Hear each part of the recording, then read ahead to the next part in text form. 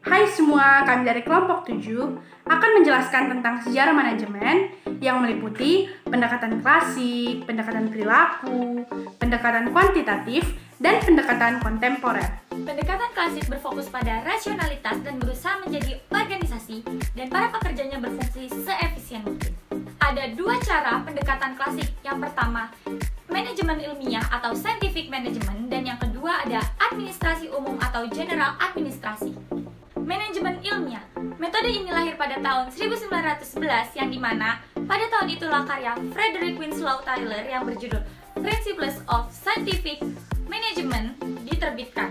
Seperti ini bukunya. Di dalamnya terdapat prinsip-prinsip manajemen ilmiah menurut Taylor. Yang pertama, mengembangkan sebuah pendekatan ilmiah untuk tiap-tiap unsur dalam sebuah pekerjaan untuk menggantikan metode lama yang berdasari kebiasaan. Yang kedua, secara ilmiah memiliki pekerjaan yang paling tepat dan kemudian melatih, mendidik, dan membina pekerjaan tersebut. 3. Bekerja secara sungguh-sungguh dengan para pekerja demi memastikan bahwa menjalankan sebuah tugas dengan aturan pekerjaan yang telah dikembangkan secara ilmiah. 4. Membagi beban kerja dan tanggung jawab secara merata di antara manajemen dan para pekerja. Teori administrasi umum lebih menitik beratkan apa yang dikerjakan oleh seorang manajer dan praktik-praktik manajemen yang baik. Ada 5 fungsi yang harus dijalankan seorang manajer. Ada planning, organizing, commanding, coordinating, and controlling.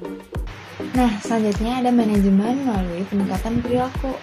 Pendekatan perilaku ini merupakan pendekatan yang dipercaya jika manajer lebih fokus kepada karyawan daripada proses mekanistiknya, maka hasil pekerjaannya akan jauh lebih memuaskan dengan proses yang jauh lebih produktif.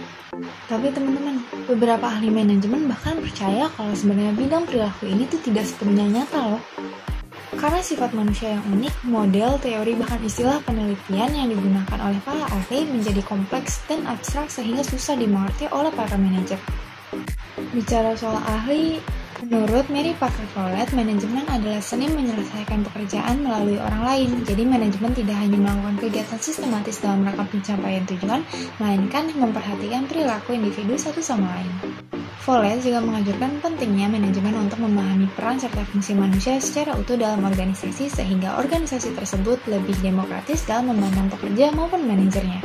Assalamualaikum warahmatullahi wabarakatuh. Perkenalkan, nama saya Giri Aulia Ramadan.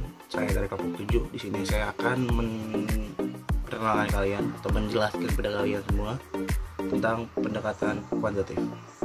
Pendekatan kuantitatif itu ialah pendekatan di dalam usulan penelitian, proses, hipotesis, analisis data, turun ke lapangan, dan juga kesimpulan data.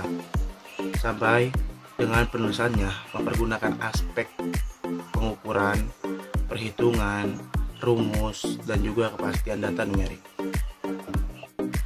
Dan sebuah perusahaan itu menggunakan teknik pendekatan kualitatif sebagai suatu pengambilan keputusan di suatu perusahaan. Halo semua, perkenalkan nama aku Haifa Salsabila Hutomo atau biasa dipanggil Ipeh. Hai, yuk lanjut kita bahas pendekatan kontemporer. Pendekatan kontemporer ini dimulai pada era 1960-an dan di sini berfokus pada urusan-urusan manajer di sebuah organisasi. Pendekatan kontemporer dijabarkan menjadi dua jenis lagi, yaitu pendekatan sistem dan pendekatan kontingensi. Yang pertama, pendekatan sistem. Pendekatan sistem adalah sekumpulan bagian yang saling terkait dan saling bergantung satu sama lain yang ditata menjadi sedemikian rupa, sehingga menjadi satu kesatuan yang utuh. Pada pendekatan sistem ini dibagi menjadi dua tipe dasar, yaitu terbuka dan tertutup. Kita lanjutin yang terakhir. Selanjutnya ada pendekatan kontingensi atau biasa disebut pendekatan situasional. Di pendekatan kontingensi ini menyatakan bahwa setiap organisasi itu bersifat unik dalam menghadapi situasi-situasi yang berlainan dan membutuhkan cara pengelolaan yang berbeda-beda.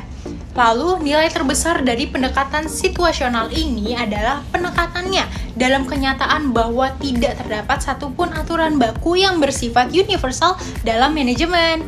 Nah, itu dia materi-materinya. Gimana? Paham nggak? Semoga yang kita sampaikan dapat mudah dipahami ya. Terima kasih.